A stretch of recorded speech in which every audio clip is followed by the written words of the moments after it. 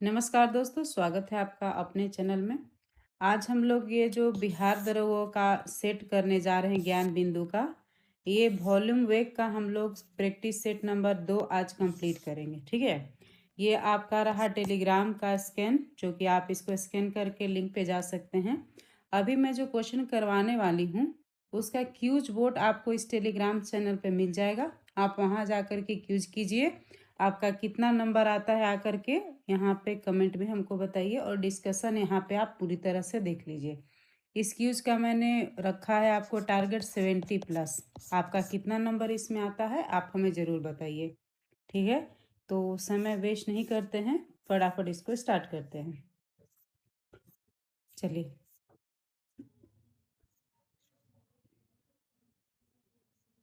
ये है अपना सेट नंबर 2। चलिए, क्वेश्चन नंबर 1 से हम लोग चलते हैं, अच्छी तरह से डिटेल में इसको समझते हुए आगे बढ़ेंगे। सबसे पहला क्वेश्चन है कि कौन सी मृदा है रबर और कॉफी की फसल के लिए सबसे अच्छी मानी जाती है। रबर और कॉफी की फसल के लिए सबसे अच्छी मानी जाती है ऑप्शन नंबर बी, लेटेराइट मृदा। ठीक है, कौन सा? लेटेराइट मृदा होती है, जहाँ पे टेम्परेचर जो होता है हाई होता है और वहाँ पे बहुत ज़्यादा बारिश होती है। ठीक है, वहीं पे ये मिट्टी पाया जाता है। ये कहाँ पे होता है हमारे भारत में?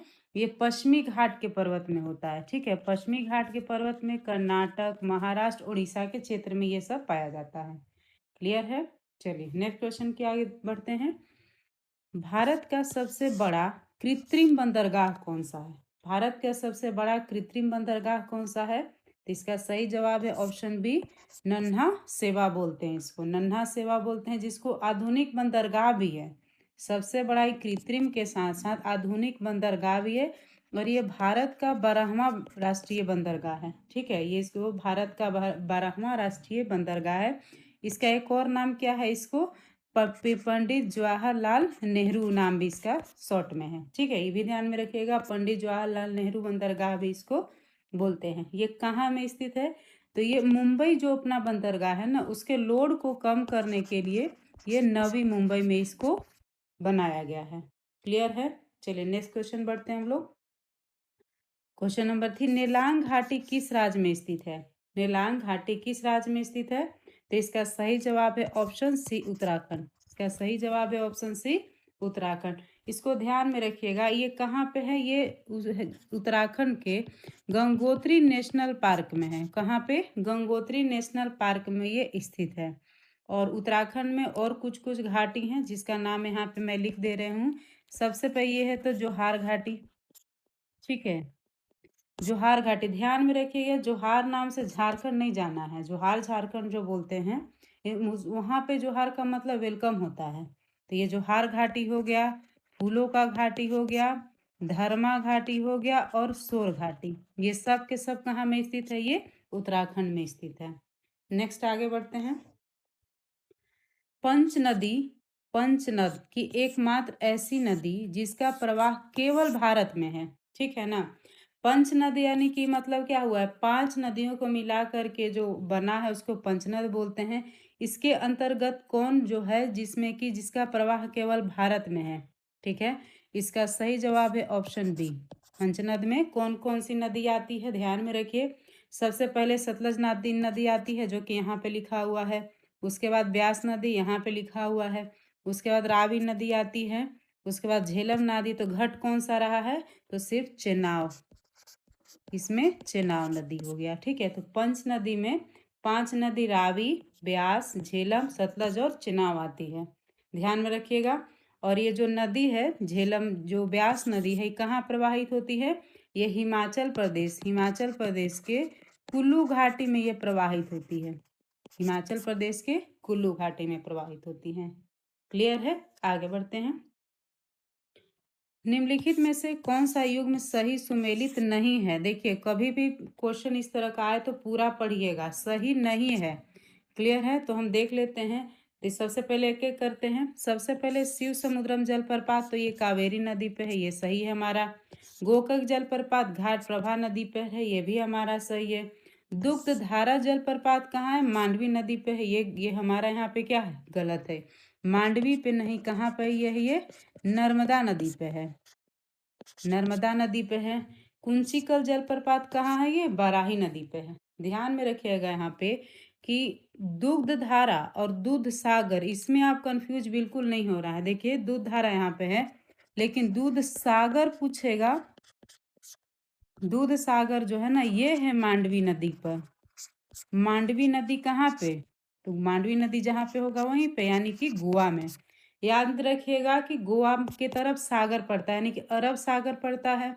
तो सागर वाला जो दूध सागर और दूध धारा दोनों अलग चीज है।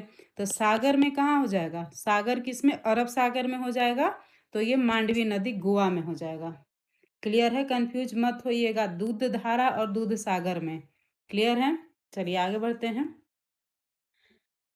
बृहद हिमालय की प्रमुख चोटियों का ऊंचाई के अनुसार सही क्रम क्या है? ठीक है, जो बृहद हिमालय है, बाह्य हिमालय है, उसको ऊंचाई के अनुसार सब इसका सही क्रम क्या है? तो ये जो किस तरह का क्वेश्चन है ना, आपको थोड़ा बहुत रटना ही पड़ेगा। ठीक है, इसका कोई ऑप्शन नहीं है। चलिए ठीक है, तो इसका सही जवाब है ऑप्शन बी। इसमें सबसे ऊंचा कौन सा है? मकालू। सबसे ऊंचा मकालू है। इसका कितना है? 8400। 8400 है इसका 81। 8481, ये सब थोड़ा सा आपको याद रखना पड़ेगा। ठीक है, इसमें ऐसा है कि आप बिना इसके नहीं चल सकते, बहुत लोग का ये गलत भी होगा। उसके बाद है धौलागिरा। उसके बाद है धौलागिरी। धौलागिरी है 8172। अब इतना जो शॉर्ट शॉर्ट है, ये आदमी याद नहीं रख सकता ना। उसके बाद है नंगा पर्वत। उसके बाद है 8126। उसके बाद अन्नपूर्णा है 80 आपका 78। ठीक है, तो इतना इसमें ध्यान रखिएगा। चलिए आगे बढ़ते हैं हम लोग। माउंट एवरेस्ट का आपको पता होगा कितना है? 8848 है, लेकिन अभी के समय में इसको 8050 मानते हैं कि 2 मीटर बढ़ गया है यहाँ पे। ठीक है, आगे बढ़ते हैं। निम्नलिखित कथनों पर विचार कीजिए। सबसे पहला है, इसमें है कि भारत में अधिकांश कोयले गोंडवाना क्रम की शैलों से प्राप्त होते हैं। तो ये अपना सही है। ठीक है, उसके बाद है गोंडवाना युगीन कोयला मुख्यतः बिटुमिनस प्रकार का होता है। ये भी सही है। तो बिटुमिनस कोयला में सल्फर की प्रचुर मात्रा होती है, ये लाइन गलत है। ठीक है, ये जो गोंडवाना क्रम की शैल होता है ना, उसमें सल्फर की मात्रा बहुत ही कम होती है। तो हमारा 1 और 2 सही हुआ, तो ऑप्शन नंबर बी सही है। ठीक है, चलिए आगे बढ़ते हैं। निम्नलिखित में से किस लौह इस्पात कारखाना की अवस्थिति कोयला क्षेत्र के समीप है? कौन सा जो लौह इस्पात कौन सा लोहे इस्पात का जो कारखाना है, उस जो कहाँ अवस्थित है? कोयला क्षेत्र के पास में अवस्थित है। तो इसका सही जवाब है ऑप्शन ए, दुर्गापुर। ठीक है, दुर्गापुर कहाँ में स्थित है? तो ये वेस्ट बंगाल का वर्धमान जिला में है। ठीक है, वेस्ट बंगाल का वर्धमान जिला में है। तो ये भी ध्यान रखिएगा, क्योंकि ये इसके आसपास के कोयला क्षेत्र कौन सा है? रानीगंज कोयला क्षेत्र वहीं पे है। रानीगंज हो गया, झरिया हो गया, बराकर हो गया। ठीक है, तो ये सब इसके आसपास वाले कोयला क्षेत्र है। क्लियर है? लौह इस्पात की स्थिति क्लियर हो गया आपका। इसका स्थापना कब हुआ था? ये 1959 में इसका स्थापना हुआ था। क्लियर है? किसके सहयोग से हुआ था दुर्गापुर का? ये भी याद रखिएगा। तो ये हुआ था ब्रिटेन के सहयोग से। कब हुआ था? 1959 में हुआ था और ब्रिटेन के सहयोग से हुआ था। क्लियर है? चलिए आगे बढ़ते हैं। वर्ष 2011 के जनसंख्या के अनुसार निम्न राज्यों में से किस राज्य की जनसंख्या घनत्व तो सबसे अधिक है? ध्यान में रखिएगा। देखिए, सबसे ज्यादा जो जनसंख्या घनत्व है वो बिहार का है। ठीक है, बिहार का कितना है? 1106 है, लेकिन बिहार हमारा ऑप्शन में नहीं है, इसीलिए हम जाएंगे सेकंड नंबर पे, जो कि है पश्चिम बंगाल। ऑप्शन बी, पश्चिम बंगाल। इसका कितना है? 1028 है। तो बिहार सबसे ज्यादा है, ये ध्यान में रखिएगा। पश्चिम बंगाल का कितना है आपका? ये 1028 हो गया। उसके बाद केरल का है, केरल का 860 है। वहीं पे यूपी का कितना है? 829 है। और उसके बाद का जरूरत नहीं है। मेनली 3 आपको पोजीशन ध्यान में रखना है। आप अपना स्टेट में तैयारी करते हैं तो उसके लिए देख लीजिएगा। ठीक है, चलिए आगे बढ़ते हैं। सौरमंडल में सर्वाधिक पलायन वेग वाला ग्रह कौन सा है? ठीक है, पलायन वेग वाला ग्रह कौन सा है? तो इसका सही जवाब है ऑप्शन बी।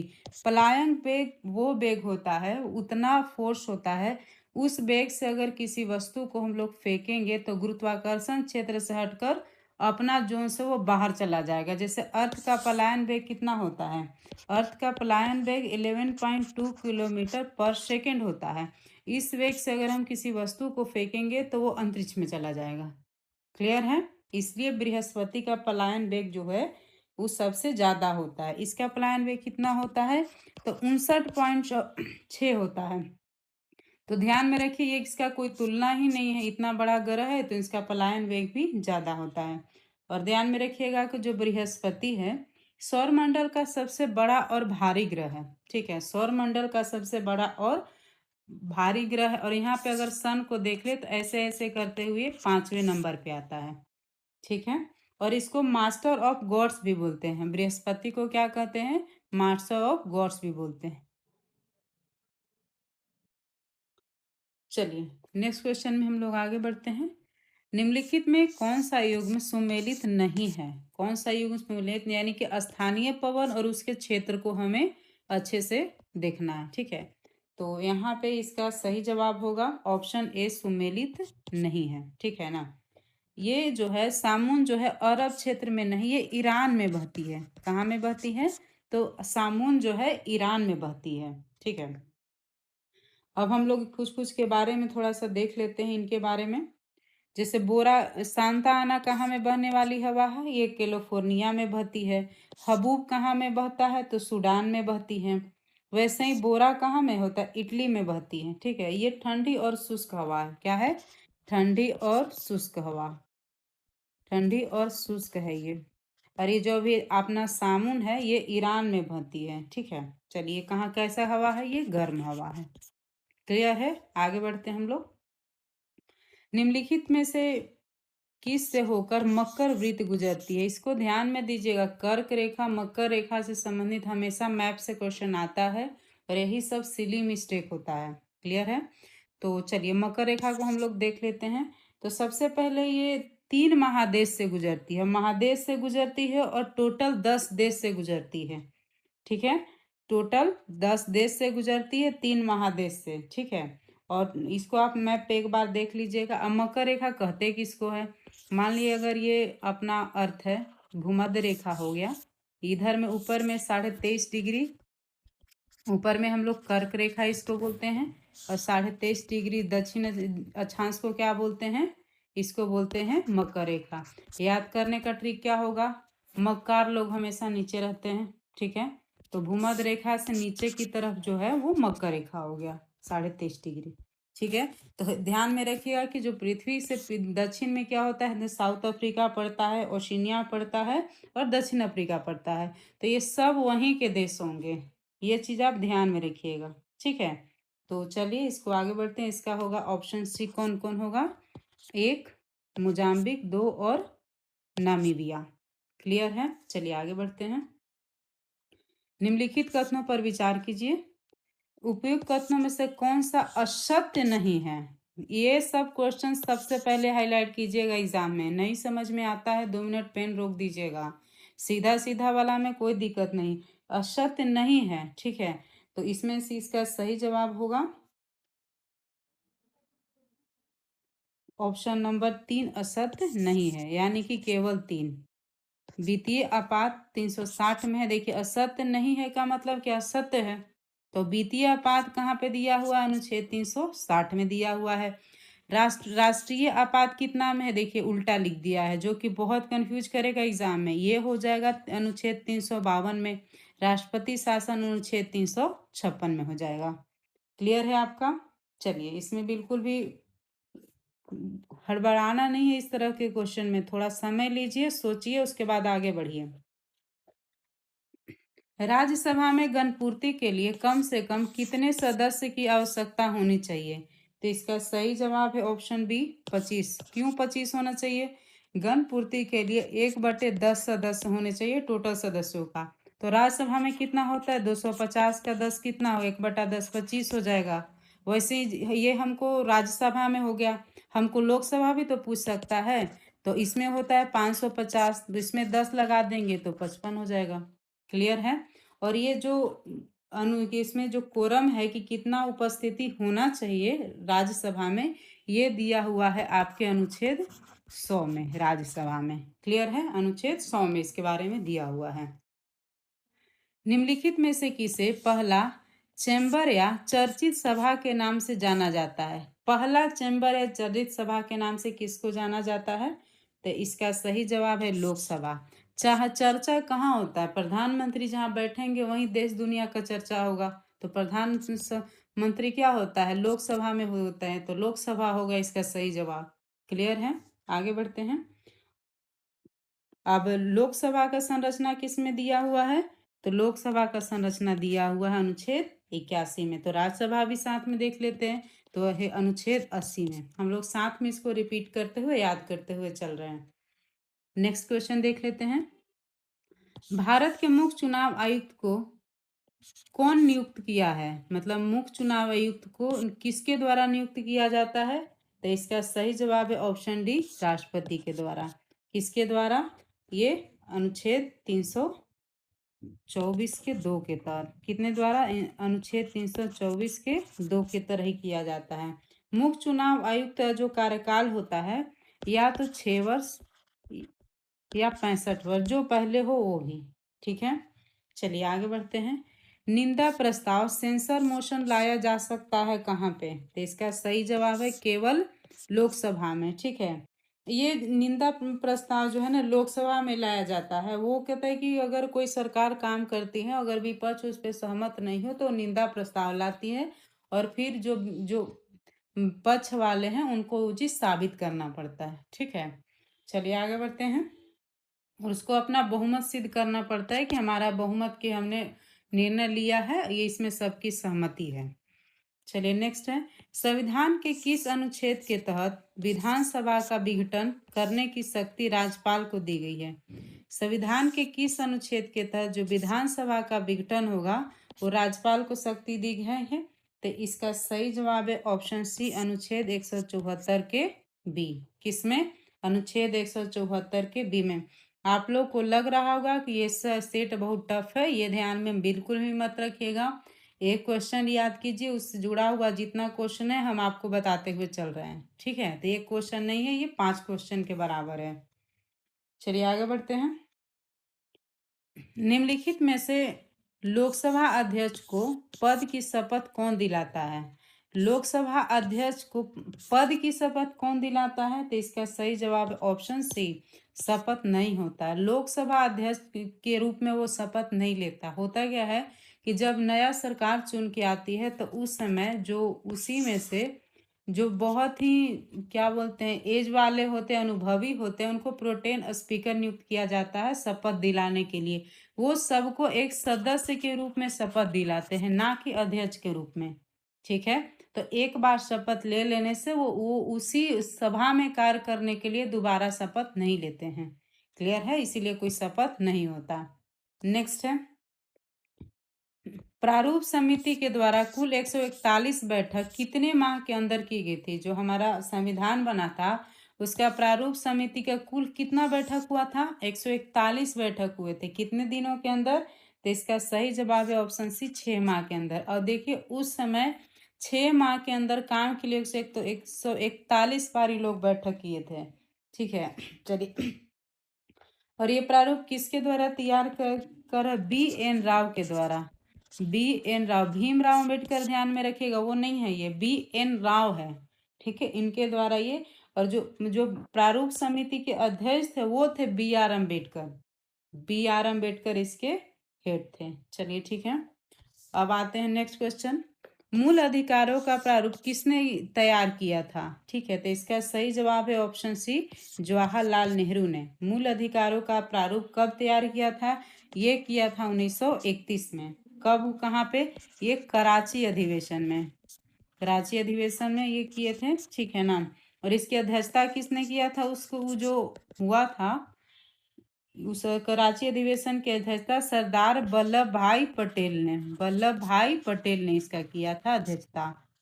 तो इतना आपका क्लियर हो गया। चलिए आगे बढ़ते हैं। निम्नलिखित में से कौन सी युक्ति सूचना संकेत को समतुल्य विद्युतीय संकेत में परिवर्तित करती है? कौन सा ऐसा डिवाइस है जो सूचना संकेत को समतुल्य इलेक्ट्रॉनिक संकेत में परिवर्तित करती है? तो इसका सही जवाब है ट्रांसड्यूसर। ट्रांसड्यूसर जो है ना, ट्रांसड्यूसर जो है ये इसमें चेंज करती है। नेक्स्ट है, फ़ारेनहाइट पैमाने पर तापमान 200 डिग्री फ़ारेनहाइट है, तो इसका सेल्सियस पैमाने पर मान क्या होगा? ठीक है, तो इसका सही जवाब है option C 93.3 degree Celsius. But इसमें नहीं जाना है, अभी 200 में हम आपको बता रहे हैं, आगे भी तो और आएगा। तो इसका सिंपल सा फॉर्मूला होता है C/5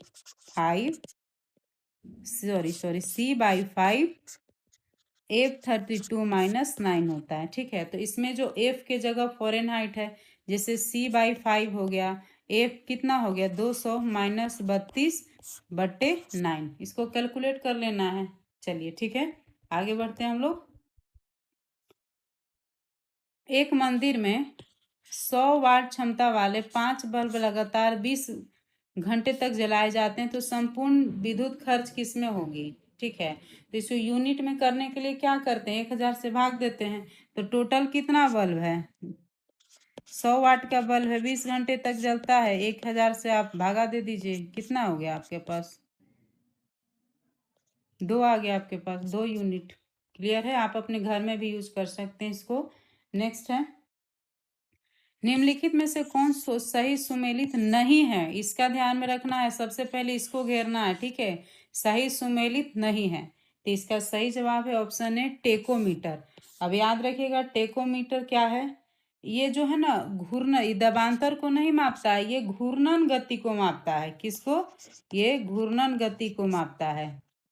घूर्णन गति को मापने के लिए टेकोमीटर का यूज होता है। ठीक है, इसीलिए इसको वेगमापी भी बोलते हैं। अमीटर किसका यूज होता है? विद्युत धारा का। एनीमोमीटर क्या होता है? वायु की चाल के लिए। पायरोमीटर क्या होता है? बहुत हाई टेम्परेचर को यूज करने के लिए। ठीक है, अब कुछ कुछ और यहाँ पे है, देख लेते हैं। फोनोमीटर ध्वनि की तीव्रता। क्या? यह ध्यान में रखिएगा, फोनोमीटर मतलब फोन नहीं, फोनोमीटर यानी कि ध्वनि की तीव्रता, ध्वनि तीव्रता। ठीक है, चलिए आगे बढ़ते हैं।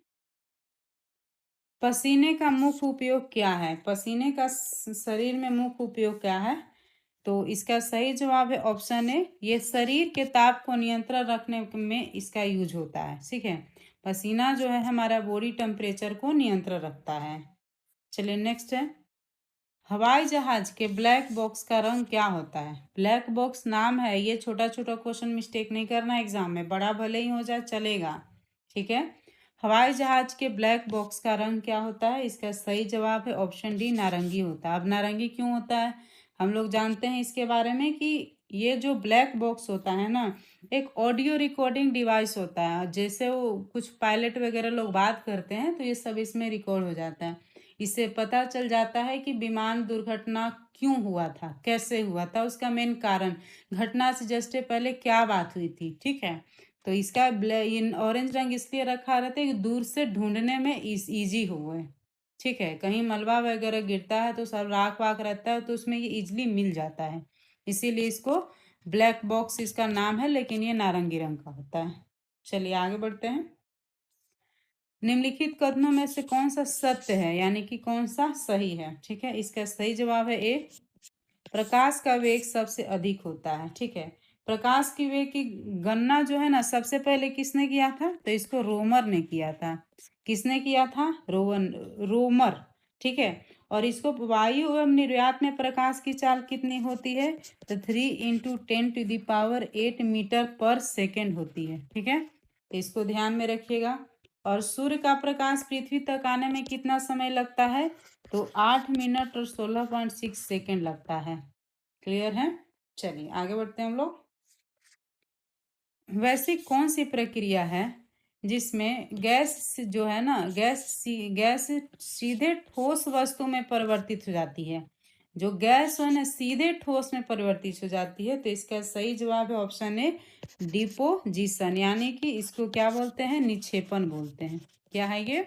निक्षेपण होता है। ठीक है, और इसका जो जस्ट उल्टा अगर हमको पूछेगा तो इसको सब्लिमेशन बोलते हैं, जिसको है ऊर्ध्वपातन बोलते हैं। ठीक है, ऊर्ध्वपातन बोलते हैं। इसमें क्या होता है कि जो गैस होता है ना, जो ठोस, जैसे कपूर है तो वो ठोस है तो डायरेक्ट गैस में चेंज हो जाता है। क्लियर है? चलिए नेक्स्ट है, विद्युत अपघटन में कैथोड पर कौन सी क्रिया होती है? तो इसका सही जवाब है ऑप्शन ए, ऑक्सीकरण अभिक्रिया। ठीक है, क्या होता है इसमें? क्या होता है कि ऑक्सीकरण अभिक्रिया में होता है इलेक्ट्रॉनों का वृद्धि होता है और प्लस हाइड्रोजन भी इसमें जुड़ता है। ठीक है, हाइड्रोजन भी इसमें जुड़ता है तो, और ऑक्सीजन का निष्कासन होता है। इसको हम लोग क्या बोलते हैं? ऑक्सीकरण अभिक्रिया बोलते हैं। चलिए आगे बढ़ते हैं। न्यूटन के अष्टक नियम में तत्वों को किस क्रम में व्यवस्थित किया गया था? न्यूटन का अष्टक नियम जो है उसमें किसके क्रम में किया गया था? तो इसका सही जवाब है परमाणु भार के क्रम में। देखिए इन्होंने जो है ना एटॉमिक भार के आधार पे जो है ना परमाणु को सजाना शुरू किया तो ये 56 तत्व तक ही सजा पाए। इसके बाद इनको समझ में नहीं आया, लेकिन जब मेंडलीफ आए तो उन्होंने उसके परमाणु क्रमांक के आधार पर सजाना शुरू हुआ। ठीक है, तो वो आगे तक उसको सजाए जो हम अभी लोग पढ़ते हैं। चलिए नेक्स्ट है, समजातीय श्रेणी के लिए निम्नलिखित में से कौन सा युग्म सही है?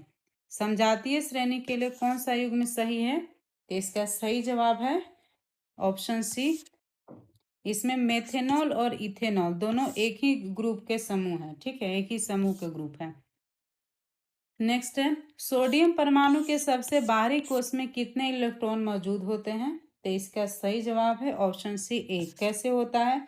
सोडियम का परमाणु क्रमांक कितना होता है? 11 होता है। तो इसका इलेक्ट्रॉनिक विन्यास कितना होता है? 2 8 1 होता है। ठीक है, तो बाहरी कक्षा में कितना हो गया हमारा? 1 हो गया। क्लियर है?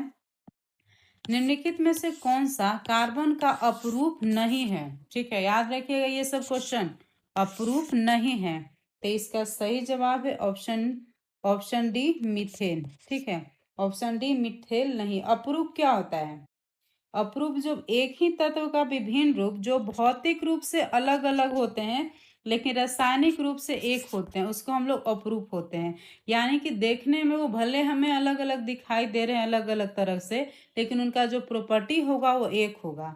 जैसे इसमें हीरा, फ्लोरीन और ग्रेफाइट सब देखने में अलग है, लेकिन बनावटी के तरीका से देखा जाए तो इनका रासायनिक संयोजन एक तरह से होता है, लेकिन मीथेन का अलग है। क्लियर है? नेक्स्ट है, कौन सा पदार्थ जलने पर ज्वाला उत्पन्न नहीं करता है? तो इसका सही जवाब है ऑप्शन, और इसमें सब में कोयला, ऑप्शन बी कोयला। ठीक है, इसमें रासायनिक बल्कि ये धीरे धीरे जलता है तो धुआं के फॉर्म में ये निकलता है, डायरेक्ट ज्वाला नहीं बनता है। ठीक है, अब नेक्स्ट है क्वेश्चन नंबर 36, ट्रिप्सिन क्या बदलता है? ट्रिप्सिन बदलता है किसको? तो ये ट्रिप्सिन सबसे पहले क्या है कि एक पाचक एंजाइम है। ठीक है, ये पाचक एंजाइम है और ये प्रोटीन्स को पेप्टोन्स में बदलता है। क्या करता है? प्रोटीन्स को पेप्टोन्स में बदलता है। तो इसका सही जवाब है वो होगा ऑप्शन ए। ठीक है, अब ध्यान में रखिएगा, अब है कि वसाओं को वसीय अम्ल में कौन बनाता है? तो ये लाइपेज बनाता है। कौन बनाता है? ये लाइपेज बनाता है। ठीक है, अब है ग्लाइकोजेन को माल्टोज में बदलता है। और सुक्रोज को ग्लूकोज एवं फ्रुक्टोज में कौन बदलता है? तो ये भी सुक्रोज बदलता है। चलिए आगे बढ़ते हैं हम लोग। एओर्टिक वॉल्व निम्नलिखित में से क्या है? ठीक है, तो इसका सही जवाब है ऑप्शन डी। बाएं नीले एवं महाधमनी के बीच का जो वॉल्व होता है ना उसको एओर्टिक वॉल्व बोलते हैं। बाएं नीले एवं महाधमनी के बीच का जो वॉल्व होता है उसको एओर्टिक वॉल्व कहते हैं। चलिए ठीक है, आगे बढ़ते हैं। माहवारी चक्र में पुटिका प्रवस्था कितने दिन की होती है? ठीक है, तो इसका सही जवाब है ऑप्शन डी, 10 से 12 दिन की होती है। ठीक है, इस समय क्या होता है ना कि बॉडी में एस्ट्रोजन का स्तर बढ़ता है। बॉडी में एस्ट्रोजन का स्तर जो होता है बढ़ता है और जो अंडाशय होते हैं वो निषेचन के लिए तैयार होते हैं इस पीरियड में। ठीक है, औसतन होता है 28 दिन का, लेकिन ये माना जाता है 21 से 35 दिन का भी पीरियड ये माना जाता है। चलिए आगे बढ़ते हैं।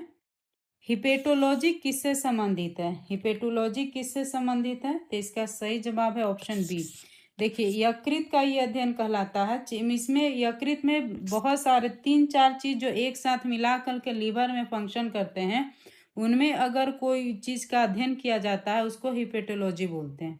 जैसे में हो जाएगा आपका लीवर, लीवर हो गया, गोल ब्लाडर हो गया, और बाइलरी ट्रीज यानी कि नलिकाएं हो गई। इन सब का सब हिपेटोलॉजी में होता है।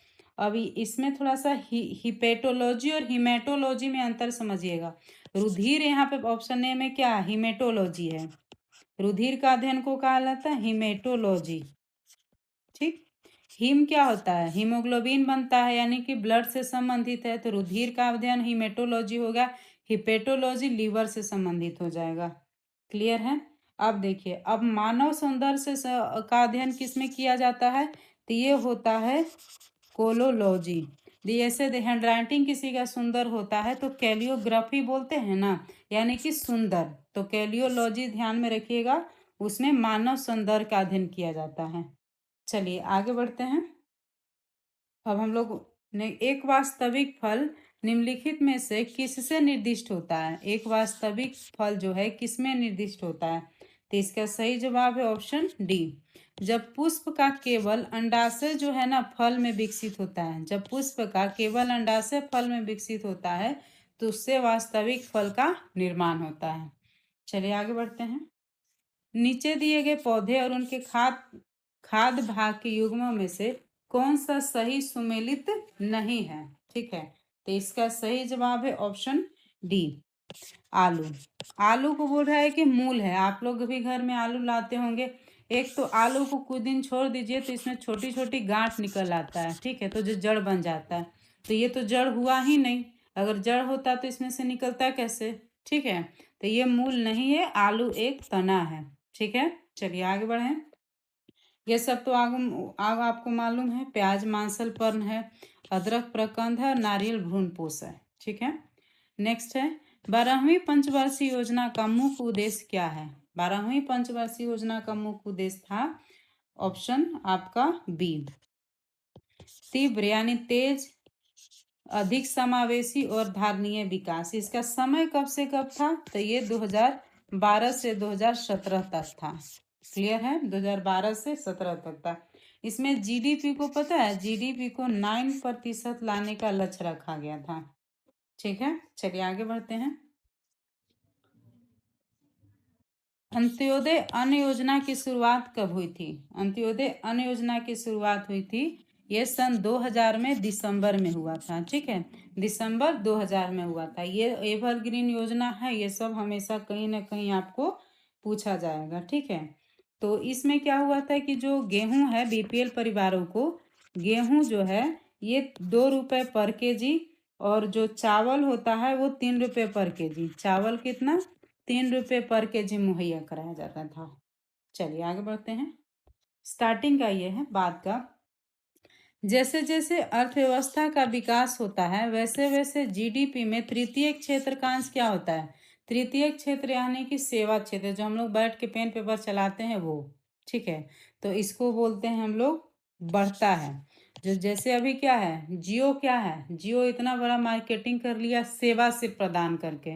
बैंकिंग क्या है, सेवा प्रदाता है। ठीक है, जितने भी सॉफ्टवेयर डेवलपमेंट ये सब देखते हैं आप लोग, ये सब क्या है, ये सब सेवा प्रदाता है। तो ये जब जीडीपी में बढ़ता है तो तृतीय क्षेत्र में इनका अंश भी बढ़ते रहता है। क्लियर है, आगे बढ़ते हैं। नेक्स्ट है स्वतंत्र भारत में प्रथम औद्योगिक नीति की घोषणा कब की गई थी। ठीक है, तो ये किया गया था आपका 1948 में। ठीक है, कब की गई थी, ये 6 अप्रैल को किया गया था। 6 अप्रैल 1948 को किया गया था। किसके द्वारा किया गया था, तो उस समय के जो उद्योग मंत्री थे डॉक्टर श्यामा प्रसाद मुखर्जी, श्यामा प्रसाद मुखर्जी के द्वारा ये किया गया था। ठीक है, चलिए आगे बढ़ते हैं। वस्तुओं और सेवाओं के उत्पादन के लिए निम्नलिखित में से कौन सा कारक आवश्यक है। जो भी वस्तु का उत्पादन होता है, सेवा का जनरेशन होता है, उसमें कौन सा कारक सबसे जरूरी है, तो इसका सही जवाब है, सबसे पहले देख लेते हैं भूमि भी। कोई भी चीज स्टार्ट करने की भूमि ही नहीं होगा तो उपजेगा क्या, मेहनत नहीं करेंगे तो कैसे होगा, उसमें भौतिक पूंजी की भी जरूरत होती है। तो इसमें से सही इसका सभी सही हो जाएगा। इसका सब इस चारों का जरूरत हम लोग को पड़ता है, तीनों का। ठीक है। नेक्स्ट है, भारतीय आयात निर्यात बैंक की स्थापना कब की गई थी? तो इसका सही जवाब है ऑप्शन ए, 1982 में की गई थी। आयात निर्यात समझते हैं, जैसे आयात निर्यात बैंक यानी कि एक्सिम बैंक, EXIM। ठीक है। EX से आपको क्या समझ में आया? एक्सपोर्ट यानी कि भेजना। IM से क्या समझ में आया? इंपोर्ट यानी कि मंगाना। तो एक्सपोर्ट निर्यात आयात बैंक है, इसका पूरा नाम है एक्सिम बैंक। ठीक है। इसकी स्थापना की गई थी 1982 में। चलिए आगे बढ़ते हैं हम लोग। भारत की पहली महिला लोकसभा महासचिव कौन है? इसमें बहुत सारे लोग मीरा कुमार मान के चल देंगे। ठीक है, ध्यान में रखिएगा, ये सब छोटी छोटी मिस्टेक है। इसका सही जवाब है स्नेहलता श्रीवास्तव। इस तरह का क्वेश्चन अगर एग्जाम में बहुत इजी क्वेश्चन मिलता है तो थोड़ा सा पेन रख करके सोचिए। ठीक है, क्वेश्चन को 2-4 बार पढ़िए। बहुत टफ क्वेश्चन तो हर कोई ध्यान से पढ़ता है, इजी आएगा मार के चल दीजिएगा। ठीक है, यहाँ पे प्रथम महिला महासचिव का बात हो रहा है, तो ये है स्नेहलता श्रीवास्तव। कौन है? स्नेहलता श्रीवास्तव। कब बनी थी ये 2017 में बनी थी। देखिए कितना बाद ये बनी थी। अब इनके बारे में थोड़ा सा जान लेते हैं। मीरा कुमार कौन थी? तो प्रथम महिला लोकसभा अध्यक्ष थी मीरा कुमार। ठीक है, मीरा कुमार कौन थी? प्रथम महिला लोकसभा अध्यक्ष थी मीरा कुमार। वायलेट अल्वा उसके बाद कौन थी? ये प्रथम महिला राज्यसभा की उपसभापति थी। ध्यान में रखिएगा, राज्यसभा की उपसभापति। ठीक है, उसके बाद राजकुमारी अमृत कौर कौन थी? प्रथम महिला केंद्रीय मंत्री थी। प्रथम महिला केंद्रीय मंत्री थी। ठीक है, चलिए आगे बढ़ते हैं। भारत रत्न से सम्मानित प्रथम महिला कौन थी? इंदिरा गांधी थी। भारत की पहली आदिवासी राष्ट्रपति कौन थी? हमारी राष्ट्रपति महोदया राष्ट्रपति द्रौपदी मुर्मू जी। ठीक है। राज्यसभा की महासचिव एवं मुख्य चुनाव आयुक्त कौन बनी थी? VS रमा देवी। इतना आपको क्लियर हो गया। चलिए याद आगे बढ़ते हैं हम लोग। प्रत्येक वर्ष मेघालय का स्थापना दिवस कब मनाया जाता है? प्रत्येक वर्ष जो है मेघालय का स्थापना दिवस कब मनाया जाता है? 21 जनवरी को मनाया जाता है। तो इसका स्थापना कब हुआ था? तो 21 जनवरी 1972 का इसका स्थापना हुआ था। ठीक है, तो इसका राजधानी कहाँ है? शिलोंग है इसका राजधानी। ठीक है, चलिए आगे बढ़ते हैं थोड़ा सा। तो 1 अप्रैल का किसका मनाया जाता है? हम लोग जानते हैं इसको, 1 अप्रैल को उड़ीसा का मनाया जाता है। ठीक है, 24 जनवरी को किसका मनाया जाता है? यूपी का मनाया जाता है। ठीक है, 14 अप्रैल को किसका मनाया जाता है? तमिलनाडु का मनाया जाता है। चलिए आगे बढ़ते हैं। लुफ्थहांसा एयरलाइंस विमान सेवा किस देश का है? लुफ्थहांसा एयरलाइंस विमान सेवा किस देश का है? तो इसका सही जवाब है ऑप्शन सी, जर्मनी का। कहाँ का? जर्मनी का है। लुफ्थहांसा एयरलाइंस सेवा कहाँ का है? जर्मनी का है। कोपा कहाँ का है? तो कोपा पनामा का है। कोपा कहाँ का है? पनामा का है। इबेरिया कहाँ का है? ठीक है, इबेरिया कहाँ का है? इबेरिया स्पेन का है। यूएसए यहाँ तो देश का नाम लिखा हुआ है। चलिए ठीक है, आगे बढ़ते हैं। ऑस्ट्रेलियन ओपन 2025 के महिला एकल का खिताब कौन जीती है? ऑस्ट्रेलियन ओपन 2025 में महिला एकल का खिताब किसने जीता है? तो इसका सही जवाब है ऑप्शन बी, मेडिसन कीज ने जीता है। किसने जीता है? मेडिसन कीज ने जीता है। तो महिला में तो मेडिसन कीज ने जीता, लेकिन पुरुष में किसने जीता है? तो जेनिक सिनर ने जीता है। इसमें किसने जीता है? तो जेनिक सिनर ने जीता है। ठीक है, चलिए आगे बढ़ते हैं। आईसीसी पुरुष चैंपियनशिप ट्रॉफी 2025 के संदर्भ में कौन सा कथन गलत है? कौन सा कथन गलत है? आईसीसी पुरुष चैंपियंस ट्रॉफी 2025 के संदर्भ में अभी हमारी महिला लोगों ने जीत लिया ना। चलिए, इसमें कौन है? ये कौन गलत है? तो इसका सही जवाब है ऑप्शन बी। ऑप्शन बी इसका सही जवाब है। गलत होगा, किसको हराया था? याद है? न्यूजीलैंड को। न्यूजीलैंड को हराया था, ऑस्ट्रेलिया को नहीं हराया था। इसमें ध्यान में रखिएगा, इसका 9वां संस्करण था। इसमें सर्वाधिक रन 263 रन रचिंद्र रवीन ने बनाए थे। सर्वाधिक 10 विकेट मैट हेनरी ने बनाए लिए थे। ठीक है, भारत उच्च ऊर्जा लेजर निर्देशन हथियार प्रणाली का सफलतापूर्वक परीक्षण करने वाला विश्व का कौन सा देश बना है? ठीक है, तो इसका सही जवाब है ऑप्शन सी, ये चौथा देश बना है।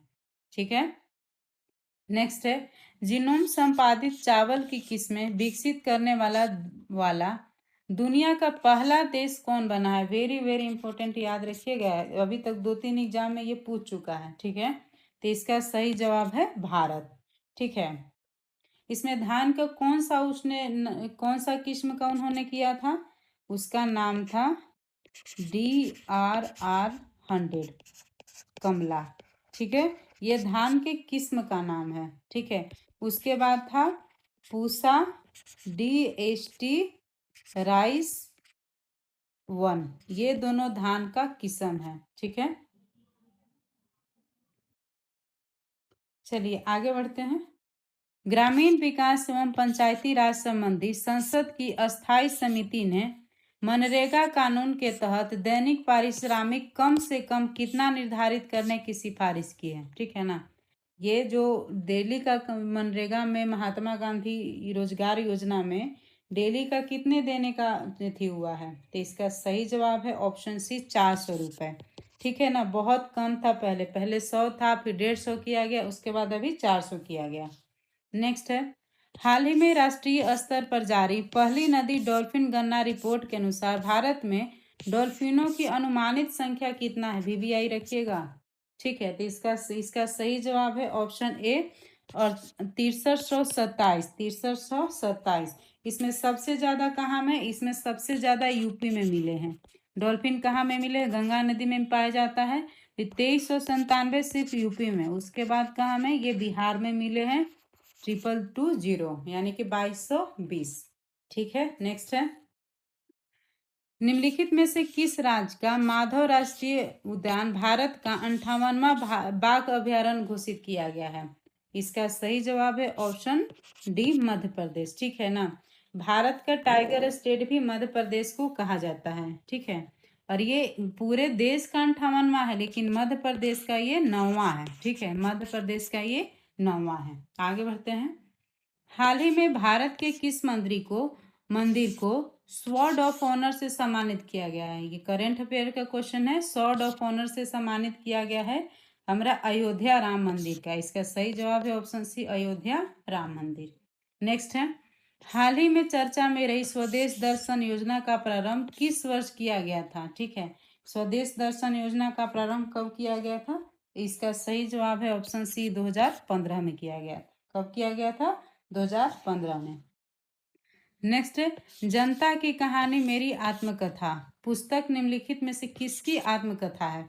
जनता की कहानी मेरी आत्मकथा किसके द्वारा लिखा हुआ है? इसका सही जवाब है बंडारू दत्तात्रेय। देखिए बुक क्या है, किस पे लिखा हुआ है, ज्यादा ध्यान मत दीजिएगा। कोई कोई राइटर ऐसे होते हैं कि वो कुछ भी लिख दे, फेमस होता है। हम ये नहीं बोल रहे कि गलत है, सही, अच्छा है, बुरा, उसमें मत जाइए, लेकिन जो जैसे बंडारू दत्तात्रेय बहुत फेमस है, तो कुछ भी लिखते हैं तो एग्जाम में आने का पॉसिबिलिटी 90% रहता है। चलिए थोड़ा आगे बढ़ते हैं हम लोग। जैसे अभी में आया है India@100, इसको किसने लिखा है? तो इसको KV सुब्रमण्यम ने लिखा है। ठीक है, तो इसको ध्यान में रखिएगा। आगे बढ़ते हैं। निम्नलिखित में से किन्हें राजगीर खेल विश्वविद्यालय के पहले कुलपति के रूप में नियुक्त किया गया है? ठीक है, इसका सही जवाब है ऑप्शन डी, शिशिर सिन्हा को किया गया है। ठीक है, किसको किया गया है? ये शिशिर सिन्हा को। नेक्स्ट है, हाल ही में उत्तराखंड उच्च न्यायालय की पहली महिला मुख्य न्यायाधीश किसे नियुक्त किया गया है? तो इसका सही जवाब है ऑप्शन है रितु बाहरी को। किसको किया गया है? रितु बाहरी को। उत्तराखंड उच्च न्यायालय की पहली महिला न्यायाधीश किसको नियुक्त किया गया है? ये रितु बाहरी को किया गया है। अब थोड़ा थोड़ा इसके बारे में जो नाम दिया है उसके बारे में देख लेते हैं। गीता बत्रा कौन है? तो ये विश्व बैंक के वैश्विक पर्यावरण सुविधा की पहली महिला डायरेक्टर पद ये बनी है। नईमा खातून कौन है? तो ये अलीगढ़ मुस्लिम यूनिवर्सिटी है ना, उसकी पहली महिला कुलपति ये बनी है। ठीक है, और ये जो है यशस्वी सोलंकी है, भारत की राष्ट्रपति की DCA नियुक्त होने वाली पहली महिला नौसेना की अधिकारी बनी है। ठीक है, पहली DCA नियुक्त होने वाली पहली महिला अधिकारी बनी है। आगे बढ़ते हैं। निम्नलिखित में से किस संस्था द्वारा कृत्रिम बुद्धिमत्ता यानी कि आर्टिफिशियल इंटेलिजेंस तैयारी सूचकांक जारी किया गया है? हर बार जारी किया जाता है। इसका सही जवाब है ऑप्शन बी, IMF। किसके द्वारा किया गया है? ये IMF के द्वारा। तो इसमें ध्यान दे लेंगे, इसमें भारत का स्थान 72वां है। क्या है? भारत का स्थान 72वां है।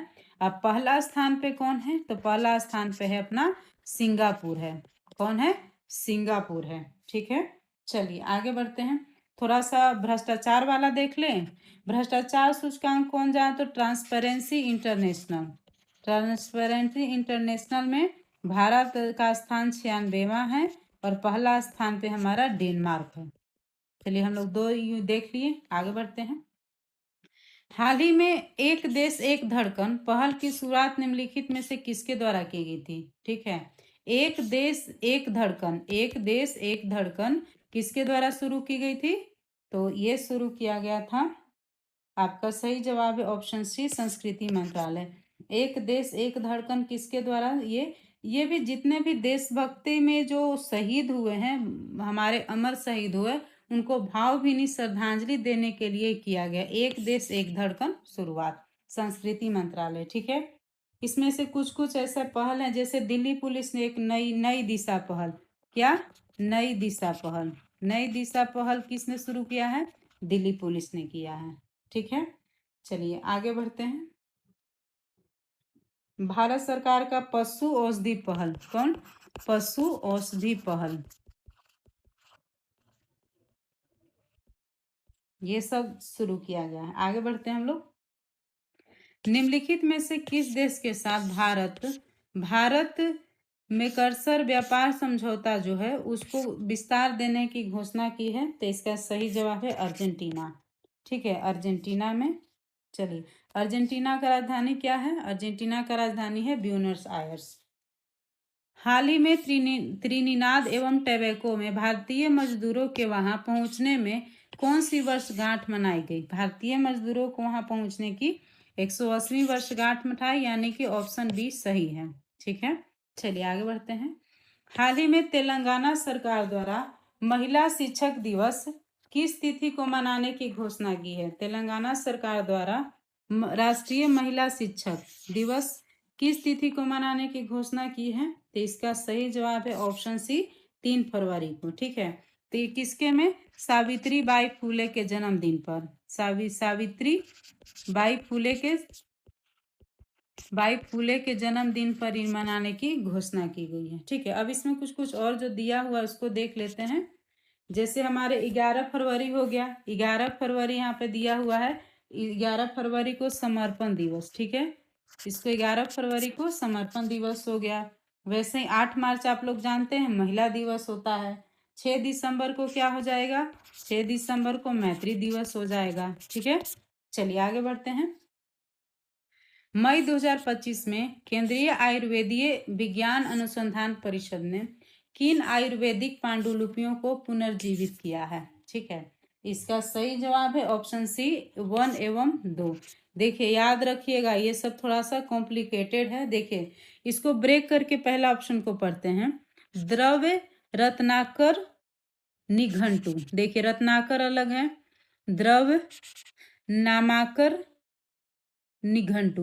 द्रव्य निघंटु दोनों में कॉमन है। ठीक है ना, सिर्फ आपको रत्नाकर और नामाकर याद रखना है, रत्नाकर और नामाकर। ठीक है ना, रत्न का नाम दिया जा रहा है, ध्यान में रखिएगा, रत्नाकर और नामाकर। क्लियर है? द्रव्य रत्नाकर निघंटु और द्रव्य नामाकर निघंटु। क्लियर है? चलिए आगे बढ़ते हैं। हाल ही में प्रधानमंत्री मोदी ने थाईलैंड के प्रधानमंत्री को पीतल की नाव भेंट की। यह किस कला की बनी हुई है? पीतल की नाव जो है किस कला की बनी हुई है? इसका सही जवाब है ऑप्शन ए, ढोकरा कला। ढोकरा कला या ढोकला कला दोनों इसको बोलते हैं। ठीक है, ये कहाँ में पाया जाता है? ये छत्तीसगढ़ के बस्तर जिले में पाया जाता है। कहाँ पे? छत्तीसगढ़ के बस्तर जिले में। और ये एक चीज और याद रखिएगा, ये जो सिंधु घाटी सभ्यता था उसमें जो मोहनजोदड़ो से मूर्ति मिली थी ना, वो इसी की बनी हुई थी। ठीक है, नाचती हुई नृत्य करती हुई लड़की का मूर्ति मिला था, वो इसी कला से बना हुआ था। ठीक है, आगे बढ़ते हैं। हाल ही में बिहार सरकार द्वारा 100% साक्षरता प्राप्त करने का लक्ष्य किस वर्ष तक रखा गया है? ठीक है, तो इसका सही जवाब है ऑप्शन ए हो जाएगा 2030 तक। 2030 तक जो है 100% साक्षरता प्राप्त करने का लक्ष्य निर्धारित किया गया है। तो अब हम ये देख लेते हैं कि किस किस का लक्ष्य 2030 तक है। ठीक है, तो सबसे पहले 2030 तक जो है क्या क्या, एड्स को समाप्त करेंगे, हेपेटाइटिस को समाप्त करेंगे, उसके बाद क्या है सौर ऊर्जा, सौर एनर्जी, सोलर एनर्जी। ठीक है, उसमें 20% बिजली पाने का लक्ष्य ये 2030 तक हो गया। उसके बाद हमको आ जाएंगे 2040 तक। 2040 में हम क्या प्राप्त करेंगे, शून्य कार्बन उत्सर्जन, शून्य कार्बन उत्सर्जन। ठीक है, शून्य कार्बन उत्सर्जन, ये ध्यान में रखिएगा, ये बहुत इंपॉर्टेंट है। और 2070 तक जो है ग्रीन हाउस गैस उत्सर्जन। ठीक है, ग्रीन हाउस गैस उत्सर्जन का लक्ष्य रखा गया है। क्लियर है, इतना आप याद रखिएगा। चलिए आगे बढ़ते हैं।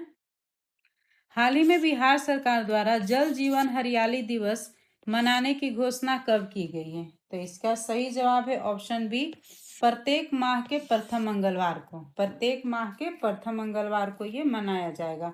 अब कुछ कुछ ऐसा दिवस है जो बिहार सरकार ने बनाया है, जैसे महाराणा प्रताप की जयंती, महाराणा प्रताप जयंती ये मनाया जाएगा आपको 9 मई को, 9 मई को मनाया जाएगा। बिहार पृथ्वी दिवस, बिहार अर्थ डे मनाया जाएगा आपको 9 अगस्त को। ठीक है, शहीद दिवस 15, ये ध्यान में रखिएगा, शहीद दिवस हो जाएगा 15 फरवरी, ये हो जाएगा 15 फरवरी। ठीक है, चलिए आगे बढ़ते हैं। सार्थक खंड वाले शब्द क्या कहलाते हैं? सार्थक खंड वाले शब्द क्या कहलाते हैं? इसका सही जवाब है ऑप्शन सी। ये होता है कि जब दो जो शब्द होते हैं, ठीक है, दो या दो से जो शब्द होता यौगिक होते हैं ना, उनको निश्चित अर्थ होता है, उसको तोड़ने पर, ब्रेक करने पर एक निश्चित अर्थ मिलते हैं, और उनको जोड़ने पर जो शब्द मिलता है उसको फिर हम लोग यौगिक बोलते हैं। क्लियर है, जैसे पुस्तकालय हो गया तो पुस्तक प्लस आलय दोनों का एक एक मीनिंग लेकर है। पुस्तक यानी आलय का मतलब घर होता है। ठीक है, पुस्तकों का घर यानी लाइब्रेरी, किताब। क्लियर है, चलिए। अंशुमाला समास विग्रह सहित भेद है। ठीक है, तो इसका सही जवाब है ऑप्शन है अंशु है माला जिसकी, उसका मतलब सूर्य है, यानी किसके अंश है, बहुब्रीहि समास है। क्लियर है, चलिए आगे बढ़ते हैं।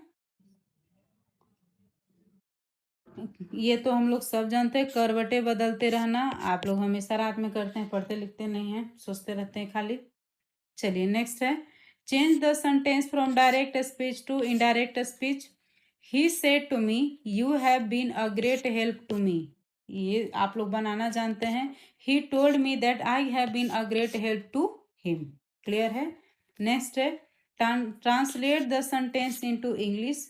दबे पांव चले, तो walk walk on the tip, धीरे धीरे रात में चुपके चोरी चलना है, walk on the tip toes. ठीक है, चलिए नेक्स्ट है, change the sentence into passive voice. ठीक है, और बोलने का तरीका को चेंज करना है। ठीक है, तो somebody must have taken my book, इसका सही होगा option C, my book must have been taken by somebody। चलिए अब हम लोग आगे बढ़ते हैं, समझते हुए आगे बढ़ते हैं। ये सबसे पहला है कि ये राजा हैं और उनका राज्य है, कौन राजा किस राज से संबंधित है, तो ये कहाँ के शासक थे, तो इसके बारे में देखते हैं। सबसे पहले प्रद्योत राजा थे, कहाँ के रहने थे, वो अवंती के राजा थे, कहाँ के, अवंती के राजा थे। ठीक है, जिसको कि हम लोग बहुत देखे हैं, बाहुबली मूवी में देखे थे। उत्तरी जो अवंती था उसका राजधानी था उज्जैनी। ठीक है, अवंती का उसमें नाम भी था। क्लियर है,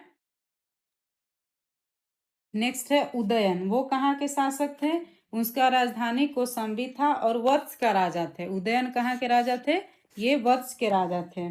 इनका विस्तार कहाँ, प्रयागराज के आसपास थे, ये अभी में जो प्रयागराज है वहाँ के आसपास ये थे। ठीक है, उसके बाद है प्रसेनजीत। ठीक है, उसके बाद है वो कहाँ के शासक थे, प्रसेनजीत कौशल के शासक थे। इनकी राजधानी कहाँ थी, ये श्रावस्ती इनकी राजधानी थी। राजधानी कहाँ थी, ये बुद्ध के समकालीन माना जाते हैं, कहाँ के, बुद्ध के समकालीन माने जाते हैं। नेपाल जो है ना वो उत्तर यूपी का जो नेपाल से सटा हुआ इलाका है ये वहां माना जाता है। उसके बाद अजात शत्रु कहाँ के थे?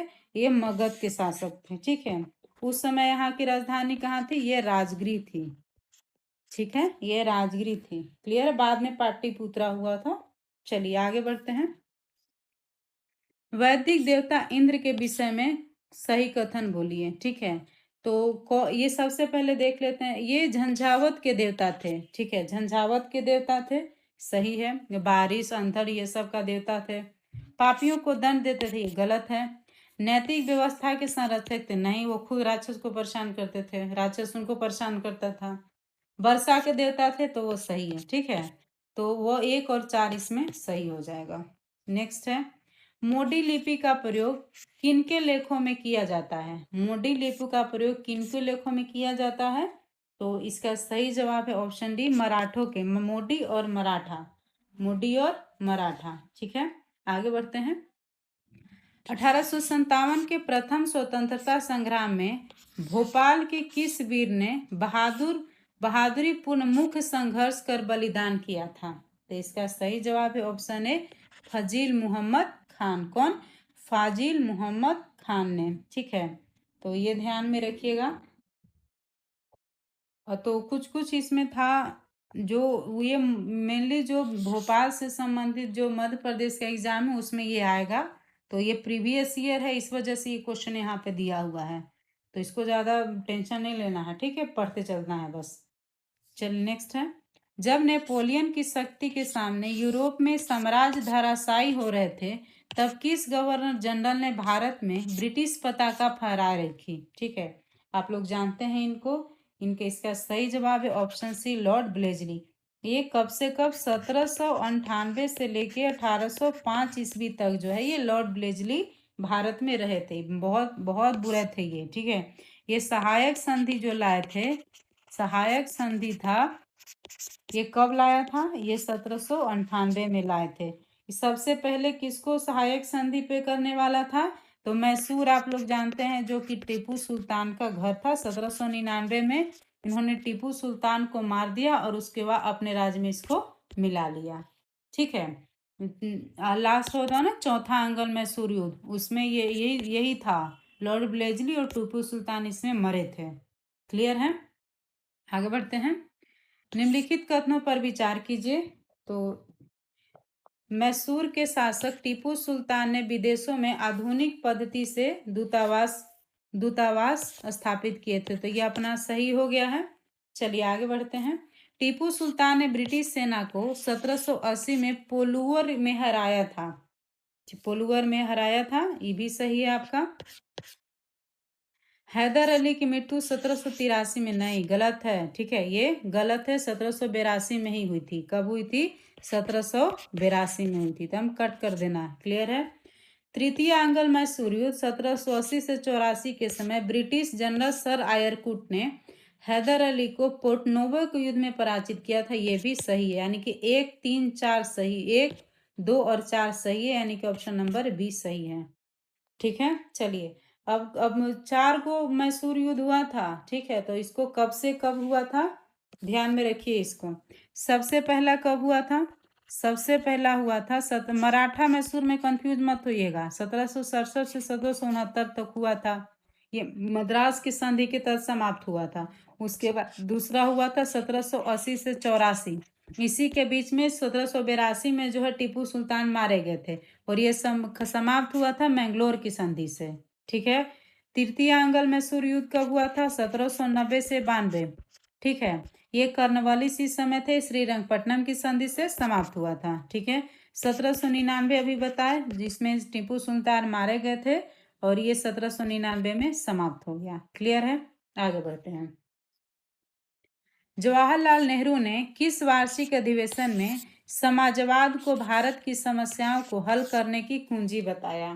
तो इसका सही जवाब है ऑप्शन डी, लखनऊ अधिवेशन। युवा कब था लखनऊ अधिवेशन? ये हुआ था 1936 में, और पीटी नेहरू जो है ये इसके अध्यक्षता किए थे। उसी में इन्होंने समाजवाद को भारत की समस्याओं को हल करने की कुंजी बताया था। क्लियर है? आगे बढ़ते हैं। कांग्रेसी नेताओं द्वारा मॉन्टेग्यू चेम्सफोर्ड रिपोर्ट की निंदा करने पर कई नरमपंथियों ने पार्टी को छोड़कर निम्न में से कौन सी पार्टी का गठन किया था? तो इसका सही जवाब है option D, Indian liberation federation. ठीक है, कब इंडियन लिबरेशन फेडरेशन कब हुआ था? ये 1919 में हुआ था। क्लियर है? अब किसके नेतृत्व में? तो सुरेंद्र नाथ